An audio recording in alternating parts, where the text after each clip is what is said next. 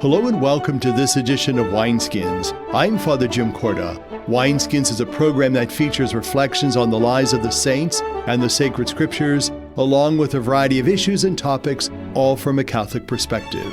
Wineskins is brought to you through the annual Diocesan Appeal, the Catholic Communication Campaign, and St. Paul's Catholic Books and Gifts, a division of the Society of St. Paul. On our program today, I will interview Margie Hynes. We will also hear more information on St. Padre Pio. And today, as the Church celebrates the 25th Sunday in Ordinary Time, we will get a deeper insight into those particular Sunday readings. That and more on Wineskins.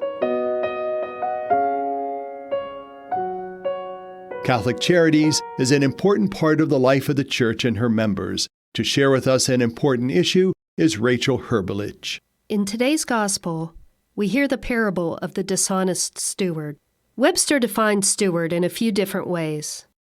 A steward can refer to one employed in a large household or estate to manage domestic concerns, such as supervision of servants, collection of rents, and keeping of accounts. This definition fits the person at the center of Jesus' parable. However, there are other more modern uses of the word steward. We have heard of union or shop stewards who represent a group of workers in dealings with management.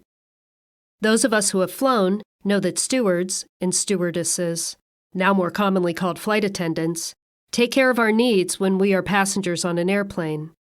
As Catholics, we are also called to be stewards, not flight attendants or union representatives, but caretakers of the many gifts God has given to us to enrich and enhance our life on earth. In their pastoral letter, Stewardship, a Disciple's Response, the U.S. Conference of Catholic Bishops described the Christian steward as one who receives God's gifts gratefully, cherishes and tends them in a responsible and accountable manner, shares them in justice and love with others, and returns them with increase to the Lord. When I read this description of a Christian steward, I immediately thought of Catholic Charities and how we steward the generous donations entrusted to us. When a person makes a gift to Catholic Charities in the Diocese of Youngstown, we receive it gratefully.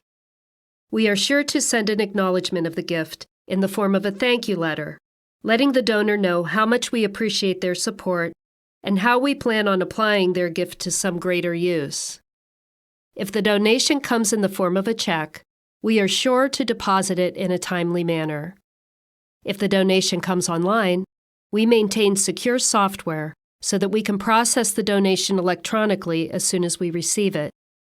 We also track these gifts in the donor's record in our database, so that if we or the donor need to refer to the gift at some point in the future, we can do so with a few taps of the keyboard.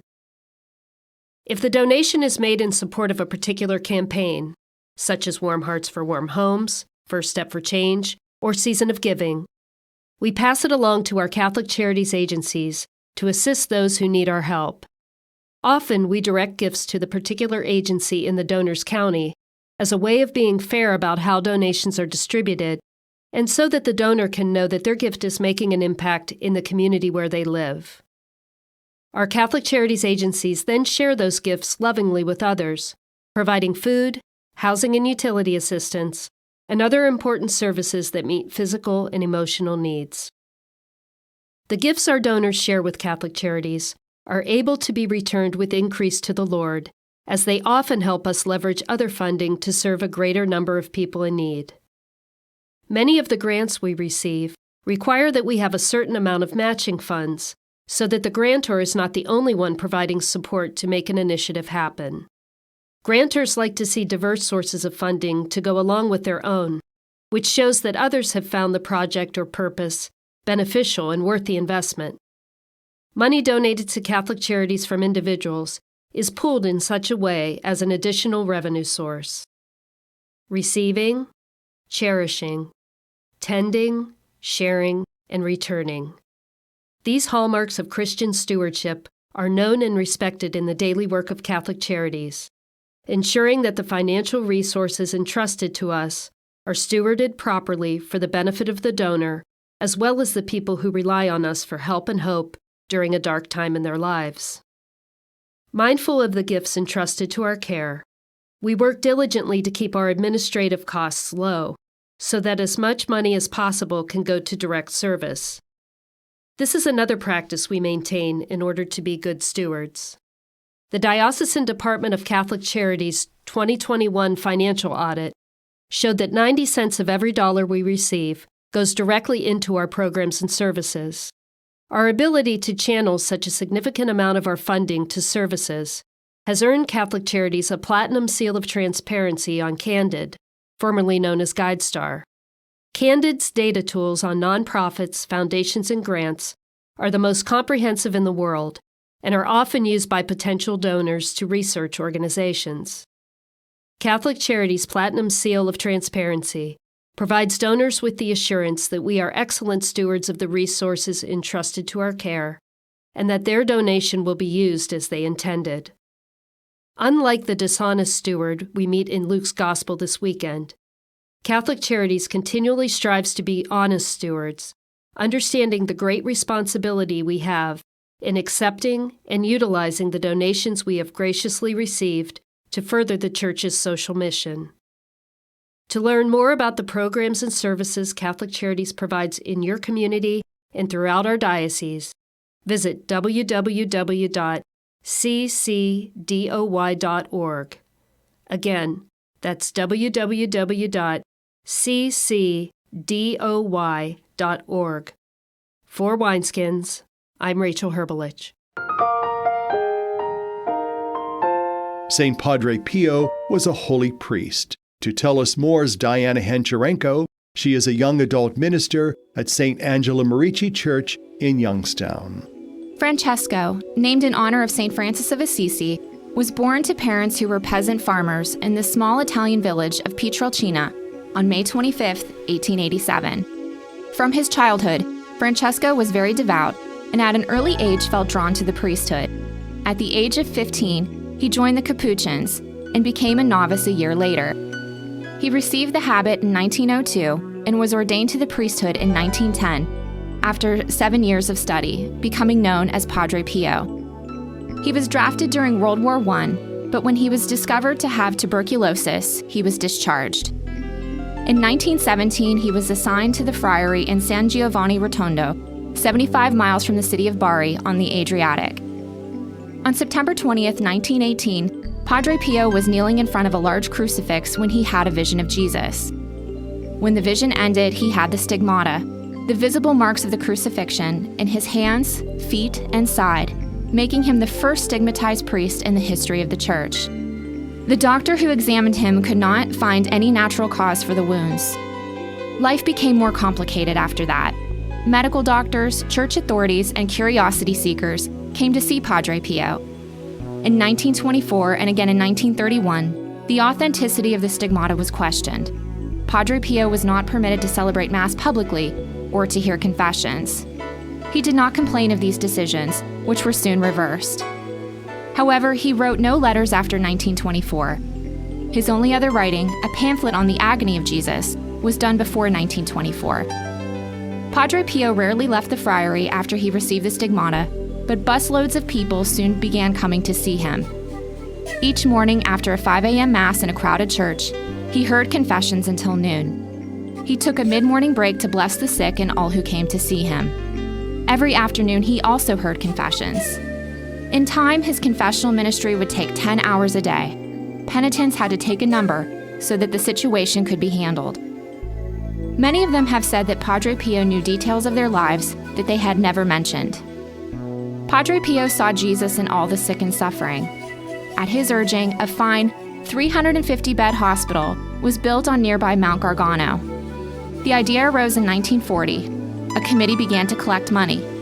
Ground was broken in 1946.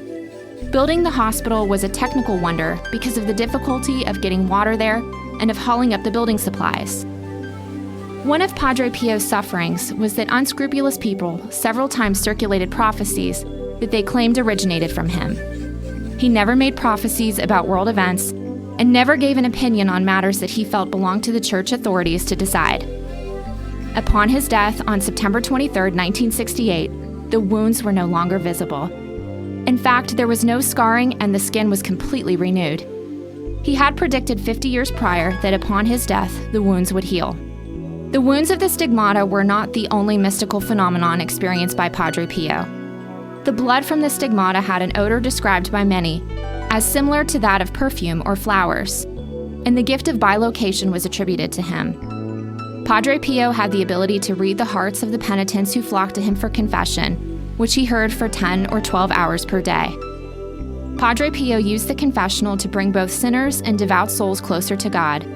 He would know just the right word of counsel or encouragement that was needed. He died on September 23, 1968, at the age of 81. His funeral was attended by about 100,000 people. He was beatified in 1999 and canonized in 2002. For Wineskins, I'm Diana Hancharenko.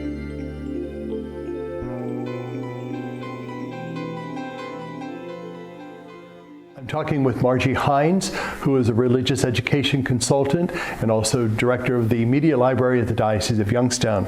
You know, Margie, one of the areas that we really haven't talked a lot about, although you've talked briefly about it, is working with children or young people. You know, in the church, many times we hear, why aren't we doing this, or we are not doing enough for young people. And I know in the past you've worked with youth and young people. What can you share with the folks that are with us about, first of all, the importance of working with youth and children, and what we need to do more to bring them into and to hold them on to the faith? A lot of studies have been done about that. That's a huge question, but I think it's important. They're our church now, but they're also our future church. So when we're gone and not able to do the things that all of us do now, we're going to need those young people to step up and do those things. I think it's important for us to let them know that they're important, to call them by name, to recognize when they're there, to recognize the accomplishments that they make. You know, young people, I think, especially young kids, I go back to you talking about them making their first reconciliation or first Holy Communion. You know, there's just this innocence that's there. And you, as I'm sure an educator, want to hold on to that and capture that for them forever. But unfortunately, that's not reality. It's almost like in marriage or in priesthood, you know, trying to keep those vocations fresh and alive and new. What do we do for parents to help them with their children, especially to remember when they brought their child for baptism, that they're really the teachers in the ways of the faith? What can you tell those parents about that? I think it's important to draw attention to the things that they already do. Sometimes they don't realize that the things that they do in their everyday life are already full of faith. So I think drawing their attention to that and making it a little less daunting, but just to continue to encourage them when we see them at church or when we see their children, you know, that we're engaging them in the faith journey and that they know that we're there, you know, whatever they need, that we're there to accompany them. One of the words that we really haven't talked about that is really part of who we are as Catholics is that word evangelization. You know, oftentimes we shy away from that because it's something that we think someone else should be doing, or we're not capable of it, or that's something that maybe a Protestant does. But evangelization is really what we are all about. Sharing the good news, continuing to spread that good news. As an evangelist working for the church, what is your role and how do you see that growing in your ministry? I think taking care of the people in our parish, making them feel loved and supporting them, like if someone's sick, you have, you know, the food trains and things like that. But taking care of the people that are in our parish. And I think when you do that and the joy of those people comes out, then people are going to want to know what's going on at your parish. What are they doing there that I'm missing out on? You know, what's interesting is that you come from a long line of working in parishes, so you bring that to your downtown ministry and work. Oftentimes, those of us who are in downtown offices may have lost touch with the parishes. But really, the parish is really kind of the microcosm of the church. Why are parishes so important in the life of the Catholic Church? I think each parish has its own personality. The culture and that personality that goes with that parish is very important. It's like a family. We depend on each other. We know each other. It's nice to go into Mass on Sunday and see familiar faces and people smiling at you. So I think that's important to keep those relationships in that community. And it's really all about relationships, isn't it? Absolutely. You know, you in your ministry have a relationship with other directors of religious education in parishes. Working in parish life, you have those relationships that you've cultivated over the years. And really, the ultimate relationship is between us and the Lord. How do we, as people of faith, kind of continue to nurture ourselves in the faith, and what are some of the things that you've learned for yourself to kind of make sure that that faith continues to grow and shine forth within you? Going to Mass regularly when you're able to, or participating online, however you're able to do that, is a huge jump start to the week. It reminds you who you are. I get so that I forget, sometimes to pray during the day, so I have little alarms that go off periodically just to make me stop what I'm doing, and because I can't do anything without God. He is my source of my energy and everything, and I'm just a tool in His, that He uses to spread the word. So I have to stay connected to Him. For the folks that may have fallen away during this time of pandemic, I know one of the things that we really try to do is to encourage people, once it's safe, to return to church. What could you share with them about the church and the importance of being together in community and having that relationship with one another? Well, we miss you. We want you to come back. But our whole faith is based on that community. It's a relationship that we have with each other and with God. And to experience that together, I don't even know words. It's so special to be in that group of people and praying together and singing together. One of the areas that we really haven't talked about is ministry to married people. You're married, you have relationships with other married couples. Why is it important for married people to continue to nurture their life together? Because that oftentimes gets stressful or strained. And what can you do, or what can you share with the folks that are with us about married life, why it's important? I think it's important because it's a trust between two people, but it's also a mirror of your relationship to God, and that fidelity and that commitment that you have of love and trust. I think that's the thing, and that's important to us to pass on to our children, that they see how we live as disciples. I know that on Thursdays, normally you have an email that goes out, or kind of an alarm that goes out that reminds people of what's going on in the media library. Tell us a little bit more about that, and how can they access those different options and resources that you provide? We try to find a theme of the church to use those resources, to build those resources around. We also feature things in the Exponent that go out. And then we have a website called catechistcafe.weebly, and there are tons and tons of resources on there that you can access, and that'll lead you also to the library. Well, we would encourage the folks that are with us, that's on the screen right now, to access that. Also to go to doi.org, the website of the Diocese of Youngstown, for more information. Margie Hynes, it was a pleasure to have you here, learning more about you and celebrating your wonderful ministry in the diocese and also in this local church. Thank you for having me. Thank you. And thank you for being with us. Have a good day, and God be with you. For more pertinent information and to listen to Wineskins, visit www.doi.org, the website of the Catholic Diocese of Youngstown. Stay with us. We'll be back in a moment. Christopher Minutes, thoughts on making every day count. Here's Monsignor Jim Lisanti. Major Charity Adams Early commanded the only all-black Women's Army Corps unit to serve overseas in World War II. In 1996, she was finally honored for her wartime service. She said, "Students ask me, how did it feel to know you were making history? But you don't know you're making history when it's happening. I just wanted to do my job." Doing her job meant opposing segregation in the armed forces. In England, Major Adams refused Red Cross equipment for a segregated recreational center. Her battalion was eventually allowed to use the same recreational center as whites. My friends, each person can and should strive to overcome prejudice. We need to speak up, not only on our own behalf, but also for others, because that's doing your job as a human being.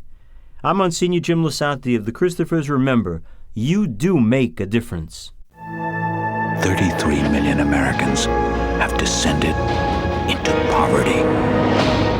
And as their futures fall, so does our nation's.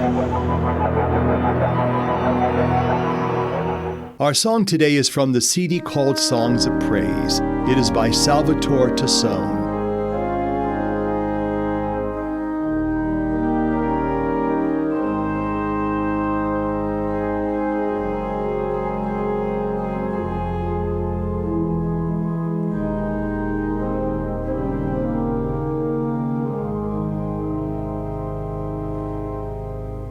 Why should I feel discouraged?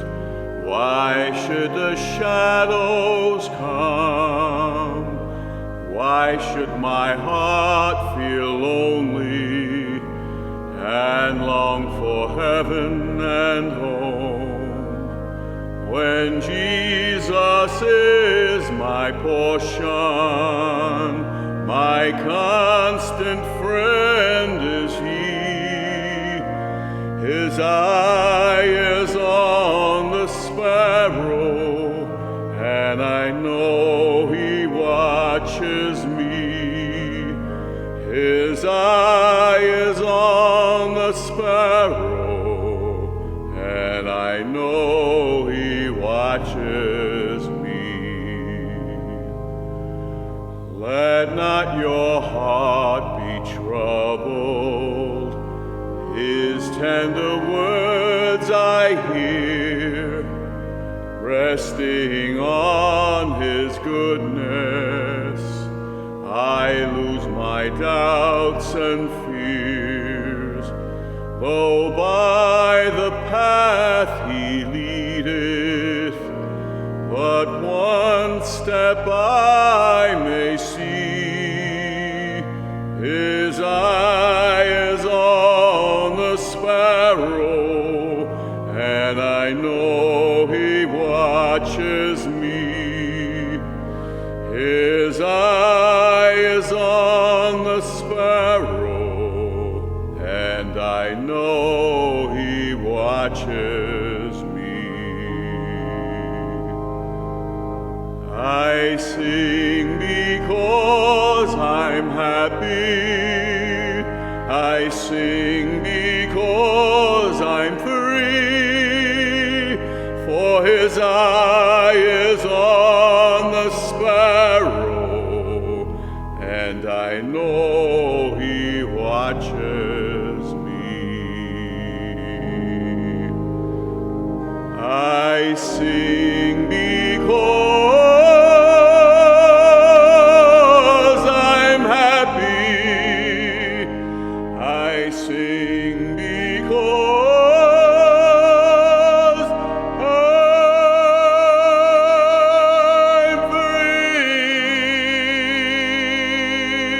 I'm free. For His eye is on the sparrow,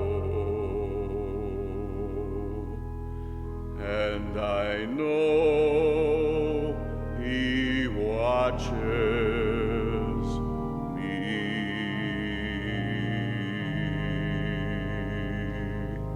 As we celebrate this 25th Sunday in Ordinary Time, we will hear more about the sacred scriptures by Deacon Paul Lisko. He is from St. Charles Church in Boardman. Well, if you believe that, I've got a bridge that you can buy.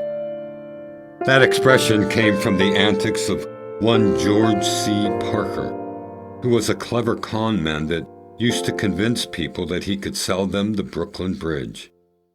Now, this was a true story back in the 1920s in New York City. And some people were naive enough that he was able to sell that bridge on the average of twice a week. He was finally convicted of fraud, spent the last 9 years of his life in prison. But that type of cheating is still going on today. Just look at what Bernie Madoff did on Wall Street. We're continually confronted with athletes who cheat, and whole teams are being barred from the Olympics. But there's an important aspect to all of this, and that is the effort that cheaters put into acquiring dishonest gain. That's what Jesus was talking about when he told the parable of the unjust steward. But just imagine if he and all the cheaters who spent so much time and effort devising schemes to commit fraud would instead use their intelligence to serve the kingdom of God. Imagine what our spiritual lives would be like today if we used every bit of our intelligence to find ways to live as members of God's kingdom. Thankfully, many of us use our wits for just that purpose. Many of us could tell stories about how we used our intelligence to bring others closer to God. Many of us know how to avoid problems and how to put ourselves in the right place to be the sons and daughters of God that we were created to be. Many savvy people end up in trouble and spend time in prison because of it. We must be savvy in finding ways to spread the kingdom of God. Today, let us pray for the grace to always be honest and respectful of others, and most of all the grace to be spiritually savvy. For Wineskins, I'm Deacon Paul. Today, Jesus urges his followers toward greater love, greater wisdom, and greater compassion. How can you and I better use our God-given talents to build the kingdom of God? Wineskins is a production of the Roman Catholic Diocese of Youngstown. It is brought to you by the annual Diocesan Appeal, the Catholic Communication Campaign, and St. Paul's Catholic Books and Gifts. I'm your host, Father Jim Korda, wishing you a beautiful week.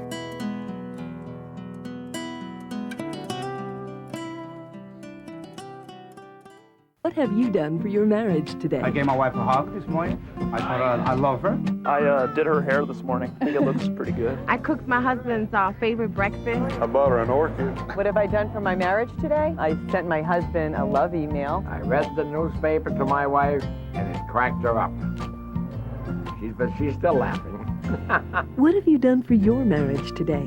Make a change for the better. Need help? Go to foryourmarriage.org, a message from the Catholic Church. They say America is the land of opportunity, but for some, life isn't so easy. Right now in America, 1 in 6 children lives below the poverty line. That's nearly 13 million children of all races, all across our country. Where do you draw the line and get involved? You can make a difference in more ways than you think.